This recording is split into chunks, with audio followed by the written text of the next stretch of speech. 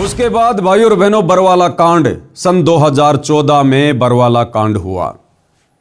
लेकिन बरवाला कांड को करवाने में ना किसी आर्य समाजी का हाथ था, ना किसी आर्य समाज के प्रतिनिधि का या गुरु का कोई हाथ था, ना अन्य किसी धर्मगुरु का कोई हाथ था, ना तत्कालीन सरकार का कोई हाथ था। बरवाला कांड में यदि किसी का हाथ था तो सतगुरु रामपाल जी के नालायक परिवार का, सतगुरु रामपाल जी के नालायक बेटा बेटी भाई बंधु रिश्तेदारों का, उनके मंद बुद्धि भक्तों का हाथ था, जिन्होंने अहंकार में आकर जबरन प्रशासन से पंगा ले लिया और अपने गुरु से बड़े होकर अपने गुरु को शिक्षा देकर कि गुरुजी हम आपको जैसा कहें आप जी वैसा करते रहो, हम आपसे कहें कि गुरुजी बीमारी का नाटक करो तो आप लेट जाना, डॉक्टर आएंगे, डॉक्टरों से हमने बातें कर ली हैं, वो आपको चेक करेंगे, आप बीमार बनकर लेटे रहना, बाकी हम मीडिया के सामने पेश कर देंगे जो हमने करना है, आप टेंशन ना लेना। आपको नहीं पता गुरुजी प्रशासन का क्या मामला है, बाहर दुनियादारी का क्या मामला है, वो हम अपने आप संभाल लेंगे।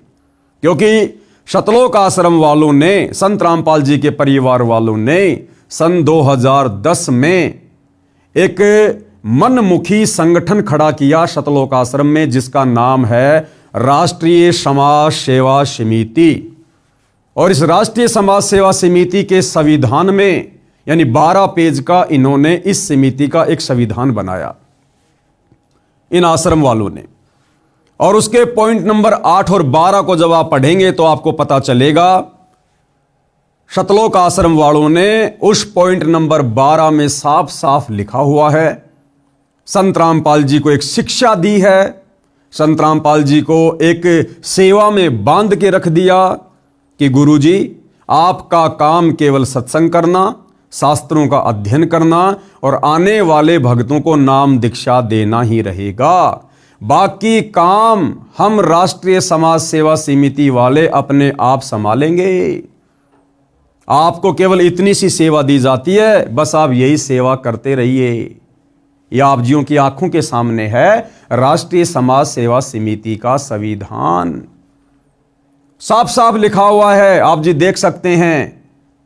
राष्ट्रीय समाज सेवा समिति अर्थात शतलोक आश्रम मैनेजमेंट हरियाणा वालों ने संत रामपाल जी को सलाह दी, शिक्षा दी और आदेश दे दिया कि बाकी जिम्मेदारियों से संत रामपाल जी को मुक्त किया जाता है।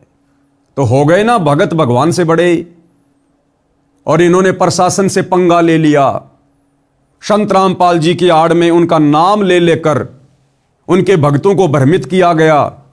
संत रामपाल जी के भोले भाले भक्तों को उनके परिवार के द्वारा काले कपड़े पहनाकर आश्रम के बाहर कमांडो बनाकर खड़ा कर दिया गया। हाथों में लठ पकड़ा दिए, पत्थर पकड़ा दिए गए, पेट्रोल बम पकड़ा दिए गए। और क्या आदेश दिया गया कि संत रामपाल जी का आदेश है, हमने पुलिस प्रशासन को अंदर नहीं आने देना है, भले हमारी जान भी क्यों ना चली जाए। जबकि संत रामपाल जी का कोई लेना देना नहीं किसी भी प्रकार का। तो यह था बरवाला कांड 2014, जिसमें सिर्फ और सिर्फ सतगुरु रामपाल जी के नालायक परिवार की भूमिका थी, जिस कारण आज देशद्रोह और मर्डर का मुकदमा अपने ऊपर लेकर संत रामपाल जी बेवजह निर्दोष होते हुए पिछले 10.5 वर्षों से जेल काट रहे हैं।